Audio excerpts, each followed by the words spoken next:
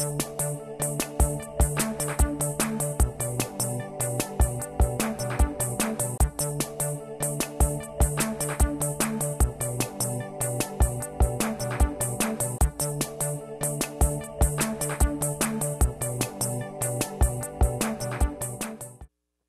afternoon. We are starting our 30 interactive visualization workshop. This year we have like 3 papers presenting and invited a speaker in a final panel discussion. We're going to start with João Comba from URGS at Rio Grande do Sul. And it's a pleasure to have everybody here. Thank you, Fernando. So the idea for this presentation is just to present a summary of the work that we did in the field of interactive visualization since the last workshop that we had in Sibgrapi 2010. So we are going to talk about the work that we published in 2010, 2011, and 2012, and some ongoing research. So the 5 pictures that you see here are a subset of the graphics and image processing group at URGS. We have Marcelo Walter as well in our group. He does more modeling stuff. And we have Claudio Jung and Jakob Sharkansky doing image processing applications. So these are the people that I'll talk about on this presentation. Also, for this workshop, what we wanted to do is try to consolidate and promote the field of visualization, scientific visualization, information visualization in Brazil. And the idea was to give an overview of our lab and what we are doing here. So it's not an individual presentation, but it's just like a collection of a lot of papers that we did, just to illustrate the problems that we are working on. So I'm not going to give details, but just briefly go through some of the papers. So in terms of research, we have been doing a lot of research on all aspects of visualization. So we have work on information visualization, scientific visualization, and high-performance computing aspects to the problem as well. Human-computer interaction coordinated with visualization applications, virtual reality, geometric algorithms to support those computations, underlying computations of those methods. Some work on GPU and graphics hardware, and physically based simulations, which is not exactly the visualization side, but what we will produce. So this work here, to start, let's go right ahead to some of the work that we did. This was published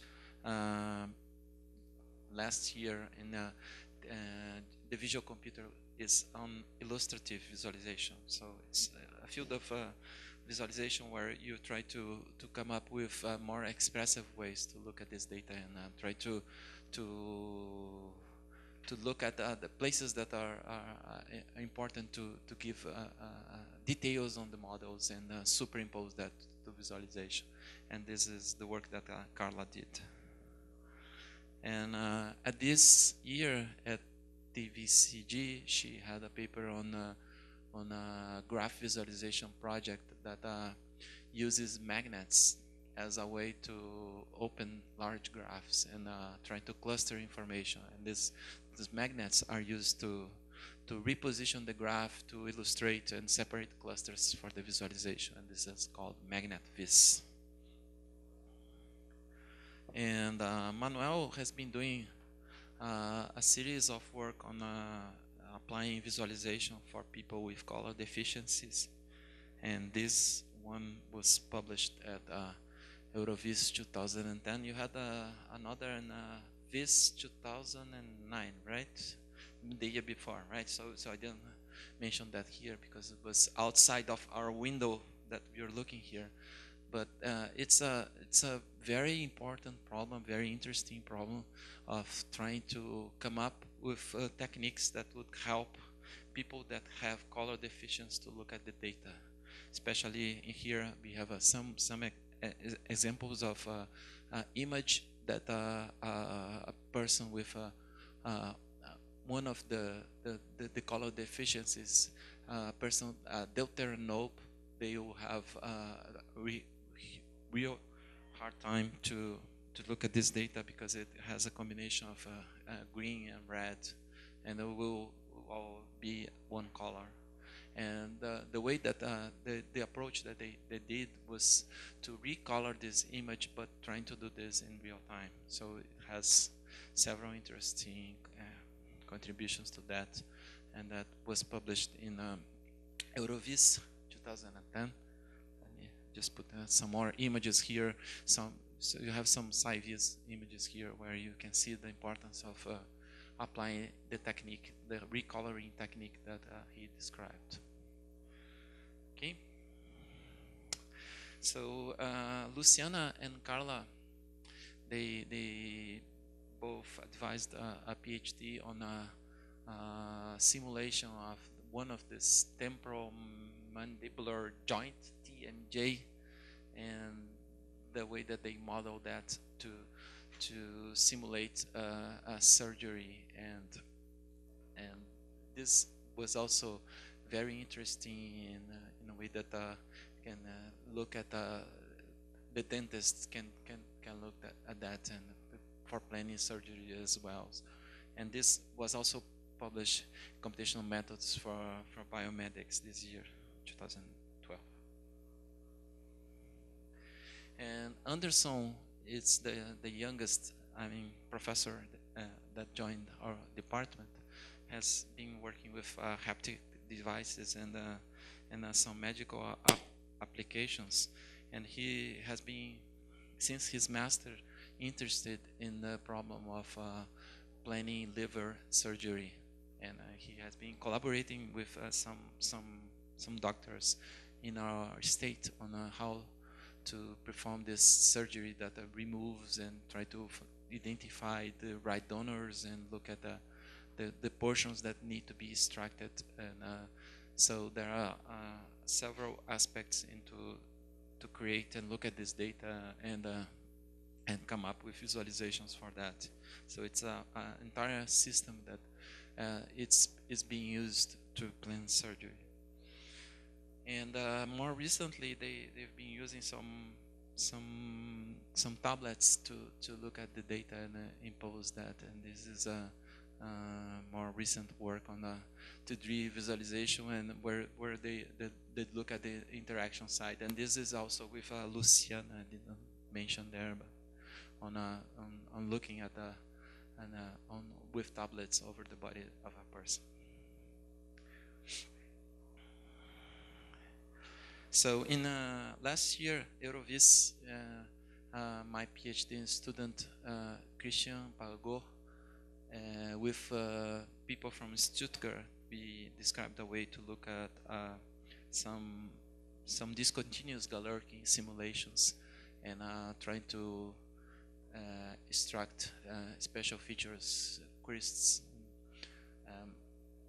and valleys and ridges, and on this data. And this data, because it's described by discontinuous Galerkin simulations, it's composed of polynomials of higher order data, and this is one of the fields that can grow in visualization, looking at that higher order data. Most of the methods that we have developed so far are for linear approximations of lower degree approximations, and we look at ways to extract features, and there is a lot of theory on that. We used a very nice operator that was described that's called parallel vectors for feature extraction. And in this work here, we essentially leverage the conceptual foundations of the parallel vectors to do this feature extraction using the GPU. And the implementation of the GPU was a bit tricky, has a lot of details. It's complicated, but at the end, what you want to do is to try to extract these features, and you have a lot of noise here, and then you can see the data here.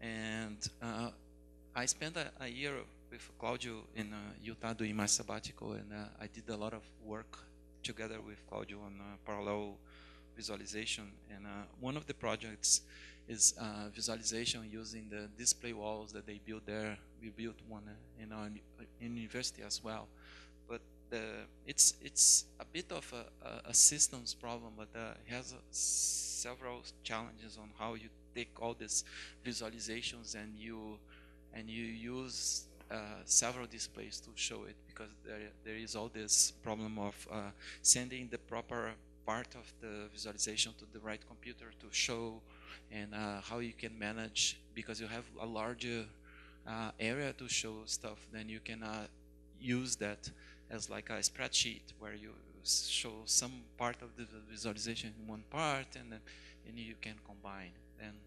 And we build like an infrastructure that makes this easy to work under VTK. So you can just easily select what you want to show, where you want to show, and then you can distribute this information there. This was published this year in Proceedings of Visualization Data Analysis 2012. And Luciana is also working with this display walls on the interaction side to the problem. Luciana is there? Oh, Luciana is there. Okay. I might need help for you if you want to explain this. Okay.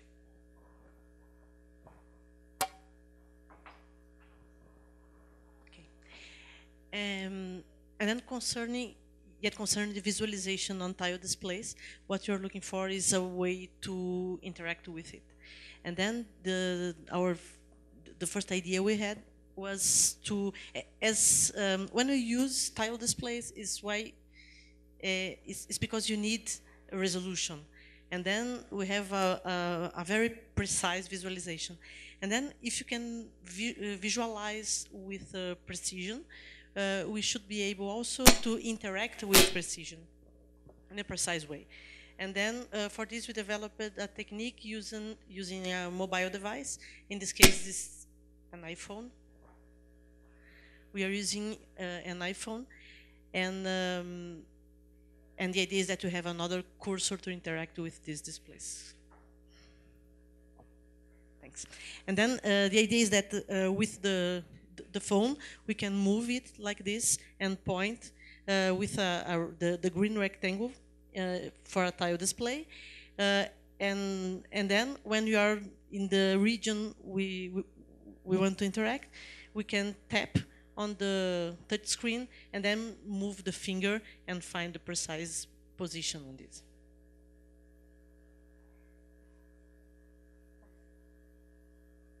Okay, and then this is the idea. We have a video here just to show you how it works. And we published the first part of this work in the IEEE 3D user interfaces this year.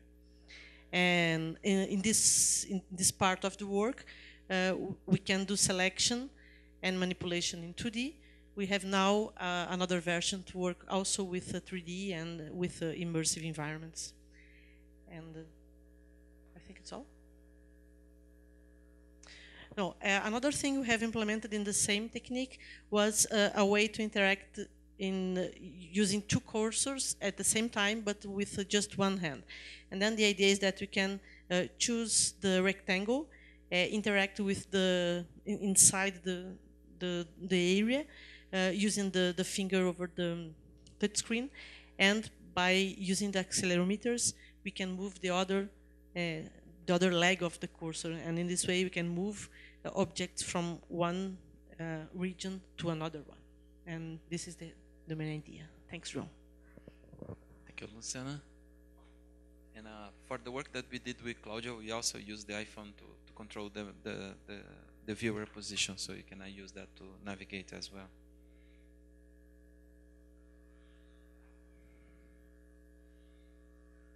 Oh, there was, oh, this is for the end. Okay, right. Okay. All right. So so I was saying some of the work that I did with Claudio was with his students, and this was one that we published 2011, last year, in EGPGV, which was on a problem that they were working on, was to compute atlas of multiple brains, and they have an application that requires a very heavy image processing technique, and but it's very suitable for a parallel implementation. And because it was processing a lot of images, and we're doing that on a GPU, we noticed that it was possible to schedule that in a more efficient way. And here, just this images here on the right just illustrate how we did this scheduling of this multiple images that were composed. And by doing this, we were able to accelerate enormously the computation. And this was selected as the best paper of the conference, and we have an extended version that was published this year at TVCG. Another interesting application that Claudio was working there with Juliana, which is a database person, and his MA student Ruivo, was on using this paradigm of MapReduce to do computation. So MapReduce is an infrastructure that performs a lot of computation. By mapping the visualization problem to that, we could solve some visualization problems there. So this paper just explains or illustrates the way that we mapped some traditional visualization problems to the MapReduce infrastructure, where and the examples that we tried there was isosurface extraction, volume rendering, and mesh rendering, a very large mesh. So you see here, this is a rendering of the David that had 1 billion triangles. So it's 30 gigabytes of data. So, and this was published in this workshop that was created last year. That's part of the this week on Symposium on Large Scale Data Analysis and Visualization. That's called LDAV. And this year at EGPGV, one of the work that we did during this year that I was there was Hyperflow, which was a continuation of a paper that we had in 2010 that I didn't mention here for lack of time, which was on trying to build infrastructures to do computation of visualization problems or data flow problems using parallel architectures. And for this system here, we combined the power of CPUs and GPUs to do computation, so you can use both of them.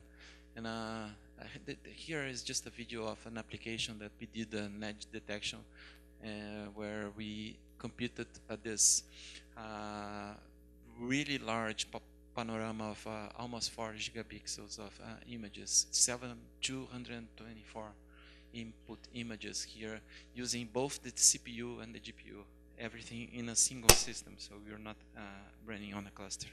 But we're still working on that, and we are working on an extended version that that runs on a cluster. Here is just an animation that we did on looking at how the resources were being utilized in each module, and we are kind of doing some more InfoVis visualization on this to try to see if the scheduling that we were doing was working well or not. And that got me interested in this problem of visualizing these parallel traces. And the way that people do nowadays is that when you have a computation that's performed in several resources here, each line here is a resource, and in time from left to right you see how this resource is being utilized. This is a standard technique that's called a Gantt chart, and this is how people look, but it's very complicated to look at this data and try to come up with conclusions on that. So we came up with different ways to look at this data for data flows. So basically we want to look simultaneously to the Gantt chart and also see in which parts they correspond or the effect in the computation, in the data flow. So here on the left we have a data flow doing some computation, and from left to right we have the Gantt chart. In fact, here what we did a stacked chart.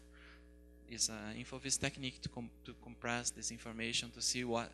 So here in this place here we have this orange and green modules being executed, so you can see what the computation is going on. We have some more like a scatter plot kind of drawings here where we can see how much time each module is taking and where is it executing, CPUs on top, GPUs on bottom, and we played with several of these visualizations to try to understand better this data. But this wasn't published, so it's ongoing work. Another ongoing work that I'm very fond of is visualization of heart rate time series. And the main motivation for that is because I started to run to lose weight, and I got this fancy watch that captures some data. It's Garmin data, so it gets time and speed, elevation, and have the heart rate as measured as the maximum of your data. So this is the Garmin data. This is Polar, which is another maker of those heart rate monitors. And oops, sorry.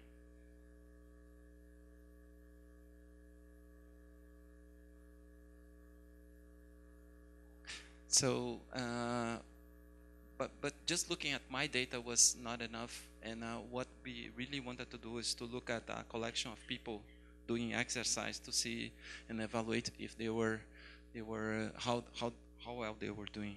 So it's very nice that Garmin allows you to get some of this data. People that upload this data have the right to block or not, and most of people do not block because the default is unblocked. So we can get this data, and this is for one of these street runs that we have in the weekends here in Brazil. This one was in São Paulo, Adidas 2011. And what we are seeing here from left to right is the time, and the plots that we are overimposing here is the heart rate of each person.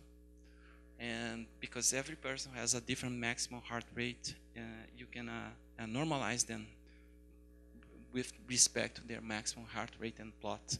And this is it has a lot of clutter, and we want to reduce that. And one way to reduce that is to plot each person per line using colors to map the intensity. So everybody that's yellow here is running at above 95% of their maximum heart rate. If you run or if you exercise above 95%, is an exercise that you cannot talk when you're doing the exercise. It's very extreme, and some people say that you should not sustain this heart rate for a long period depending on your conditioning.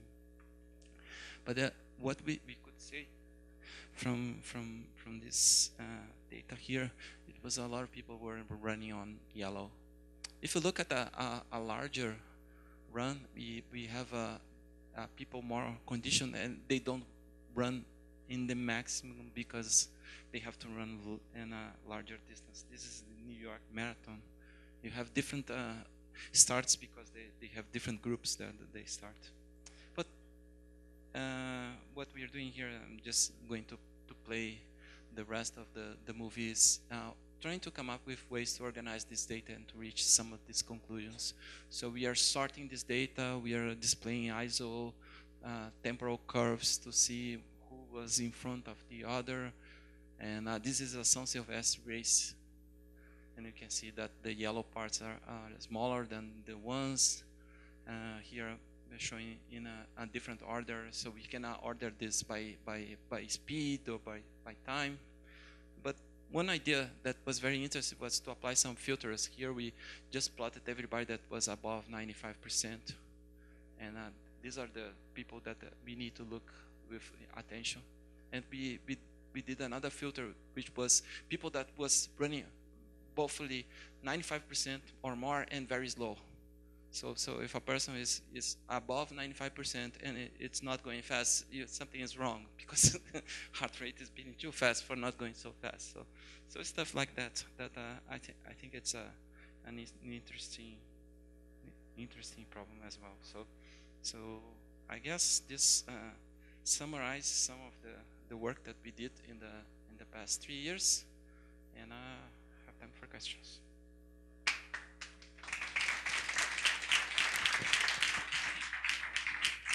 There's time for just one question. One question? No? I have just one question. Is about the magnetic graph. You could explain a little bit better how that works. You know how the goals are connected using the magnets and so on and so forth. Well, we read a graph. It's we have been using a co-authorship network, and then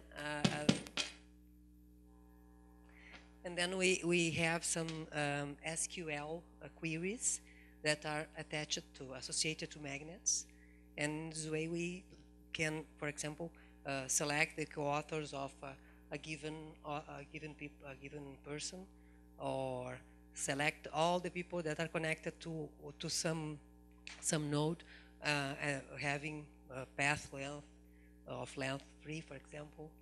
And I think we have some this SQL in the interface, and then we can build queries and clusterize the graph. And the magnets attract the nodes, and then we can, for example, define a boundary area where the attracted nodes will be inside, or leave them. The magnets are search queries.